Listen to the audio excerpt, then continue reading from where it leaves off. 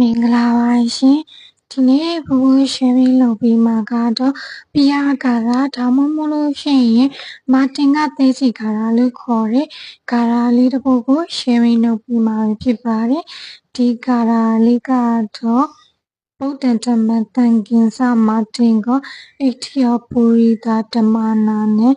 ပိယလာဗန္တိမဆိုတဲ့ဒီစကားလုံးကာရာအတူလေးပဲဖြစ်ပါတယ်ဒီကာရာလေးကို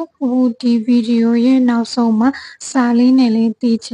ရေးပြီးတော့ sharing လုပ်ပေးပါမယ်ရှင်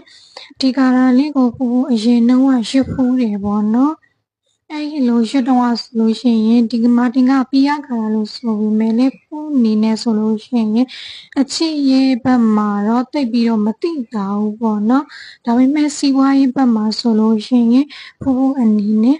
client တွေတိုးလာတယ်ပြီးလို့ရှိရင်အလုံးအတက်တွေများလဲပေါ့နော်အဲ့လိုမျိုးကိုတော့ဖူတိတိတာတာလက်တွေ့ခံစားရတယ်ဒါတော့မှဖူက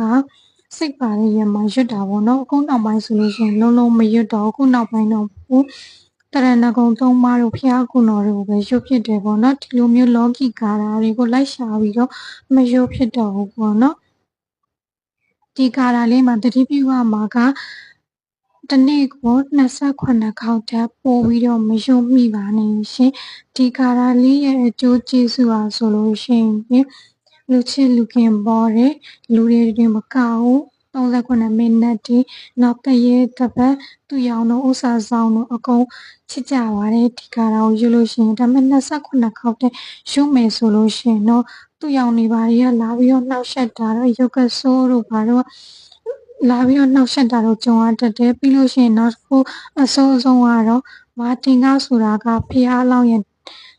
တဖုံးစားဖြစ်ခဲ့တဲ့ဘဝကိုဆွဲပြူထားတဲ့ကာရာဖြစ်တဲ့အတွက်တရက်ကို28ခေါက်တည်းပိုရွတ်တာဒါမှမဟုတ်လို့ရှိရင်ရွတ်တာကြာလို့ရှိရင်အဲ့ဒီလူကတဖုံးစားပုံစံမျိုးဖြစ်ပြီးတော့လူရုပ်သူရုံမထွက်တော့ဘူးလို့ပြောကြပါလိမ့်ရှင်ဒါတော့ပူစားထဲမှာတွေ့ရတာပေါ့နော်ပူကိုယ်တိုင်ကအရန်ကြီးမရွတ်တဲ့အတွက်ဒီလိုမျိုးတော့ပူလက်တွေ့တော့မသိဘူးပေါ့နော်အဲ့ဒါကြောင့်မလို့9ရက်သားသမီးတွေအနေနဲ့ရွတ်ချင်တဲ့သူရှိလို့ရှိရင်ရှင်းလို့ရအောင် sharing လုပ်ပေးတာပဲဖြစ်ပါရဲ့ရှင်အားလုံးပဲကျမ်းမာချမ်းသာကြပါစေရှင်